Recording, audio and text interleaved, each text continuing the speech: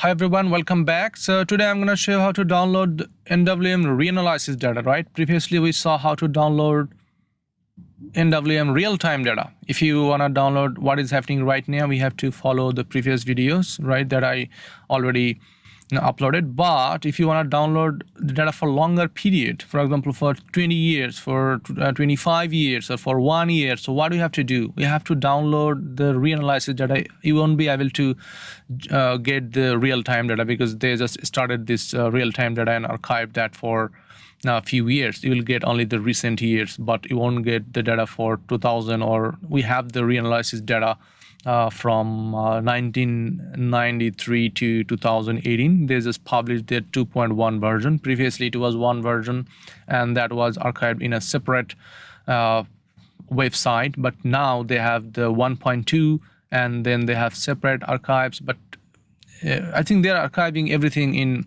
AWS system. The AWS is the most popular Amazon web service, so they have a lot of easy Python API to download this data. So we'll use that Python API, but we won't use any Python programming, but we'll use shell programming, shell script that is called.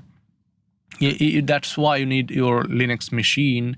I'm going to show you everything right in Linux machine.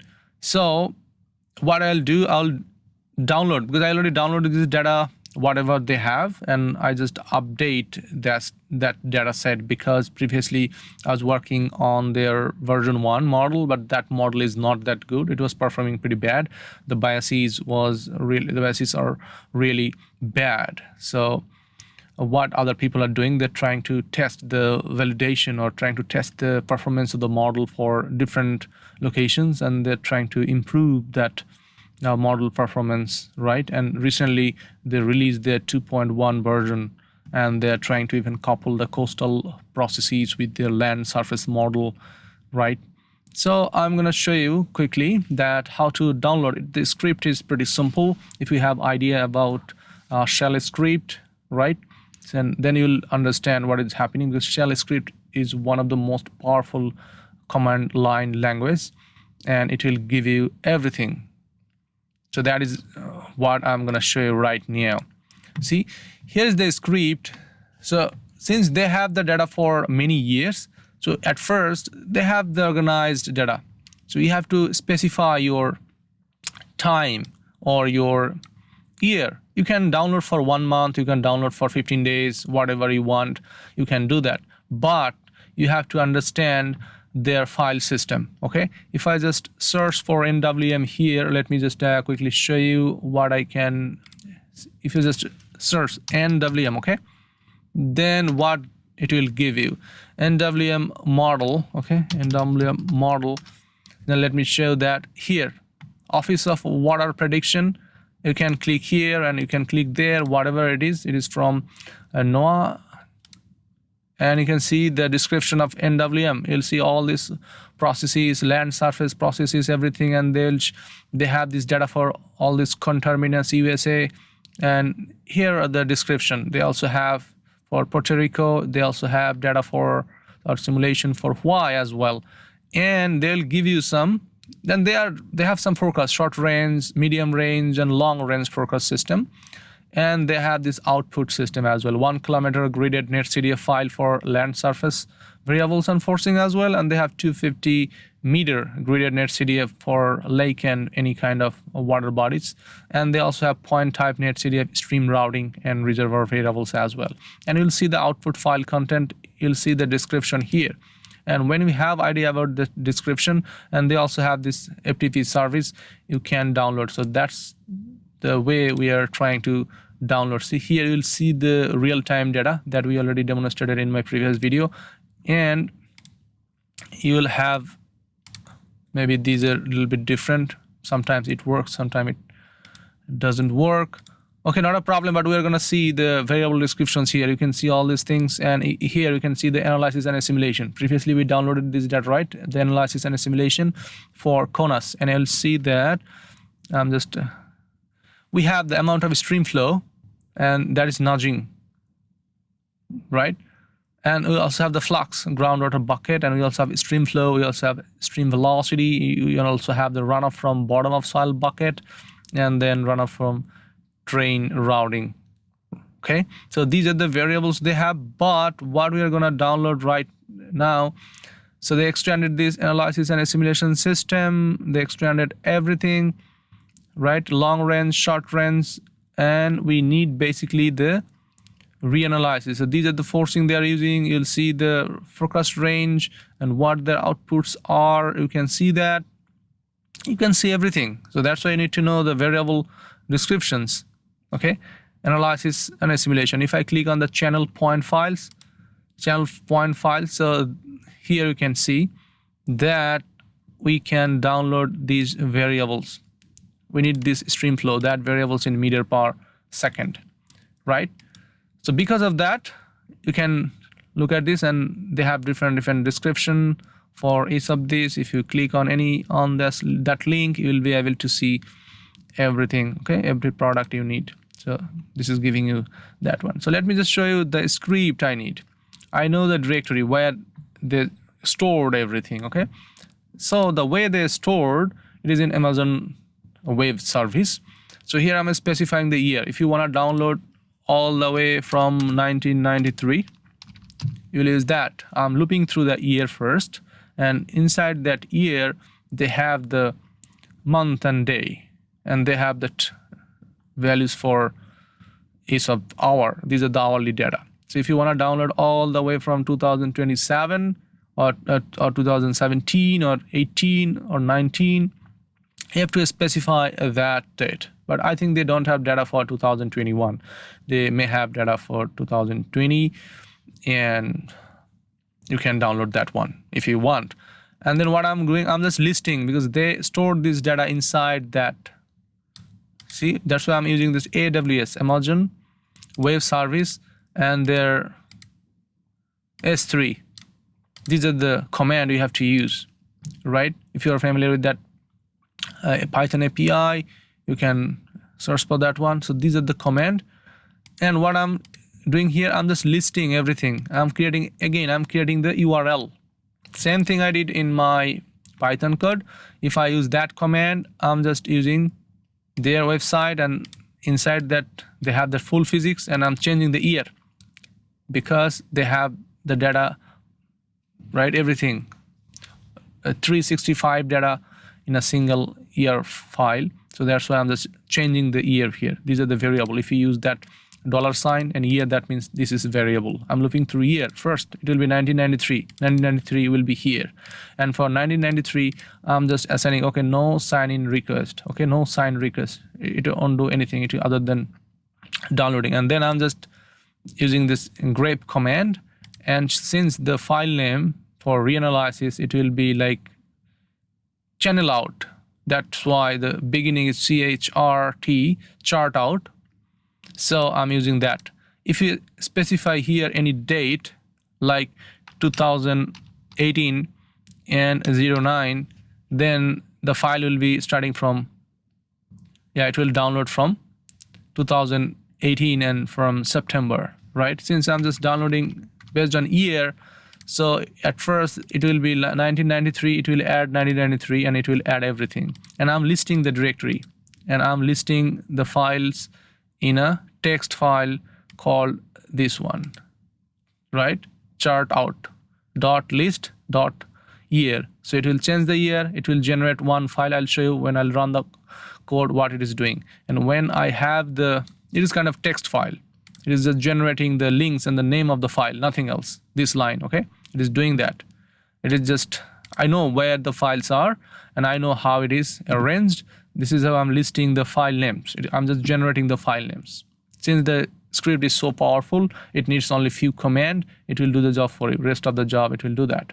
So that is the command. And now I'm looping through that file names that is there inside that chartout.lst. The file name will be chartout.lst. 1993, 1994 up to your final year. Okay, and then it will start looping through each of this file name, and then it will just I'll show you that it has several part, and inside that part it has a date time, it has a size of the file, and then it has space, and then the file name. File name will be at the end of the line, each line. So then what I need only the file name from the tail, or from the last part of the line.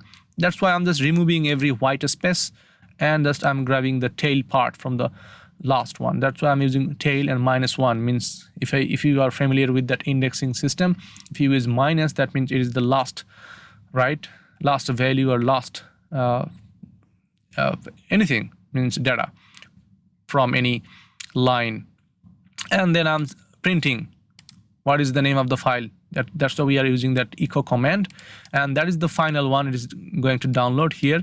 I'm again using, because I have the file list, and I'm using, okay, this AWS, it is the Python API for Amazon Web Service. If you use this S3, that is the command, and we are copying the file from their directory, and here I'm just specifying the complete directory, including my year and then my file name. It is arranged there in the AWS API. They have this server S3, and inside their server, their archive name is NWM-archive, and then by year, and then by file name. So I'm just generating the complete file name, and then I'm just going back to one directory, and it will generate year, and then it will download the file. Okay, so instead of putting that year, what I'm gonna do, I'm just writing here another name of the directory, test. Okay, test download,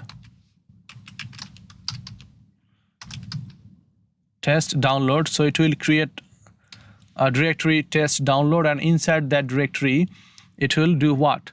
It will create a folder by the name of the year. At first it will be 1993, and then it will start downloading the file. Okay, so because if I wanna use the previous one other than using that one, so it will start downloading here. It will create 2008 1993 folder here. So I don't want that. I want to go back one directory here, and then I want to create test download, and inside that folder I want to download, right? So it will download this way, because I already have the file. See, I downloaded that NWM 1993 to 2007. So basically it will do the job for you. It will create one directory here, 1993, 1994, and then it will download everything inside that folder. If I click one folder, because I have the hourly data, and for 1 year, how many file I will have? I will have more than 8,000 file. Okay, so 365, it based on the leap year or not, I'm just assuming, okay, 365 into 24, it will give you 8,760 file if your year is like 365 days. So that's why we need separate. See, I'm just clicking on that, it is opening. It is taking too much time to even show you the files. Okay, so these are the CSV file I converted, but I deleted that main file, the netcdf file, because it was taking we are killing our space. It was eating all the space, because if I download the data for 25 years, you need like more than 1,000 gigabyte or more than 2-3 terabyte, right? So I'm not going to show you that. I'm going to show you only the year. If you use 2017 to 18, whatever it is, at first it will create a folder by the name of test download, and then it will create another folder inside that one by the name 2017, and it will start downloading. Let me just quickly show you. Okay, show that it is the same. Okay, let me just check if it is the same file I have here. It was that. Okay, this one, let me just check if the same file. Yeah, I'm gonna run that one. Okay, so what is the command for running any shell script? Because the extension is sh, means it is the shell. Okay, it is the shell script. You can run any script using this command, right? Dot and the /. It means you are gonna run anything from this current directory. And if you use dot and back /, that means it is specifying the previous directory. If you go back to your previous directory, that means you have this one, right? So here, and you can write sh because we are going to write that shell script sh and then name of the shell script. So it is the download nwm and .sh. So that's what. If I just press enter, it is, see, it is starting, it is generating what? Let me see. It is listing the file. See, it's created the list 2017, if you see that. And inside that text file, I have this. That's what I said. I have the line. See, each line is containing the date when they just stored this data and what is the size of the file, and that is the file name. See, they started from the 1st of January and 00 hour, and then 1 hour, 2 hour, 3, 4, all the way to the end of the file. See, still it is listing. That's why, because it was listing at that moment. And they will just loop through. And here, what we are doing, we are just grabbing only the last part of the file and we are removing the white space. So we are trimming this. That is the command for that. See, it's already done. It's started downloading. Means, yeah, it downloaded one file. If I go back to that NWM test, a download maybe, right? That's what we mentioned here. So which one is that? Test download maybe, right? Here, see, test download. You can see the time now. So test download, it created one folder by the name of the year because I specified the first year and I have that year. So this time the file names are different. See, they're different than what we have for the real-time data. So these are based on the year, and then it is showing the date and the time, and the file name is chart out, right? And domain one, and then .com. These are the file in netcdf format. So if you want to see anything what is there inside that file, so what we have to do, let me show you that. See, the download is not that fast, right? Because the files are big. They're downloading the file for the entire USA. So if I want to see what variables we have, I'm just grabbing, I'm opening in a separate folder, separate session, and here it is. Okay, I'm going to that directory, and if you wanna see, I have this file. I have to just activate my Conda environment. Okay, so what is the command? nc dump. If you use nc dump, and if you wanna open any file, and I'm not gonna show anything, I'm using more command. If I hit enter, see, I can see the variables. I have the time, and it is UTC. You can see it is specified there, and that is the reference time. And I have the feature ID. I have the feature ID, and then I have the stream flow. But this time we can't see that nudging because these are the reanalysis data. You can see the lateral flow. You can see the velocity. You can see this SQ surface runoff, lateral runoff, and you can see the Q bucket. These are the groundwater flow, and you have the vertical data runoff here. You can Q bottom vertical runoff, right? So you can even see now I have the stream ID. Based on this stream ID, right, we have that simulation. It is 2.7 million. So if I just press and hold, it won't even finish. These are pretty big number, even it is going so fast, but I won't be able to maybe show you the next. Let me see if I can do that. No, it's up to only 18, 19, 2. So it will go up to 2.7 million. Then, yeah, maybe you will be able to see the next. See, it's covering the 2.7, 2.8. No, it's like infinite. This is a number. The number is not from 0. So that's how we won't be able to see. Okay, so that's that. This is how we can even download the NWM reanalysis data. So it is pretty simple, huh? So it's not like any hard coding that we did for. You don't need any Python. Yeah, you don't have to have that experience in Python programming. If you have, you can share. You can even use that script that I have, because you need to know the specific command, because they have different server, they have different archive, they have different location, and they have different command, right? So you have to be able to know that. Sometimes, since I'm working on that one, so I'm just trying to make this type of documentary thing, so that later on, sometimes I even forget, and I can go back to this video clip and I can see that what I did previously and what I need to do, right? So you can't even memorize everything. It is not possible for anyone. You'll forget everything. If you have some documentation, you can go back and you can check, and you can repeat the task that you did. Okay, so that's that. You can try. I think this video will help everyone if you are interested in doing your research. And I think the future model is NWM. That is the operational model right now from this National Weather Service of NOAA, and they're trying to even couple coastal or storm surge modeling that is with Schizome and Delft 3D as well. So that's good. I'm working on Delft 3D model, and I just worked for 3 months with the National Water Center that is funded by that NOAA guys, and I'm still working on that. Yeah, it was an internship program, so I'm trying to couple coastal processes with national water model, because their present model doesn't have that capability. So they have this model only for the land, not for the ocean part. So what they're trying to do, they're trying to couple the ocean model with their national water model, because national water model is basically a hydrologic model. It is a gridded model. It is not a hydrodynamic model.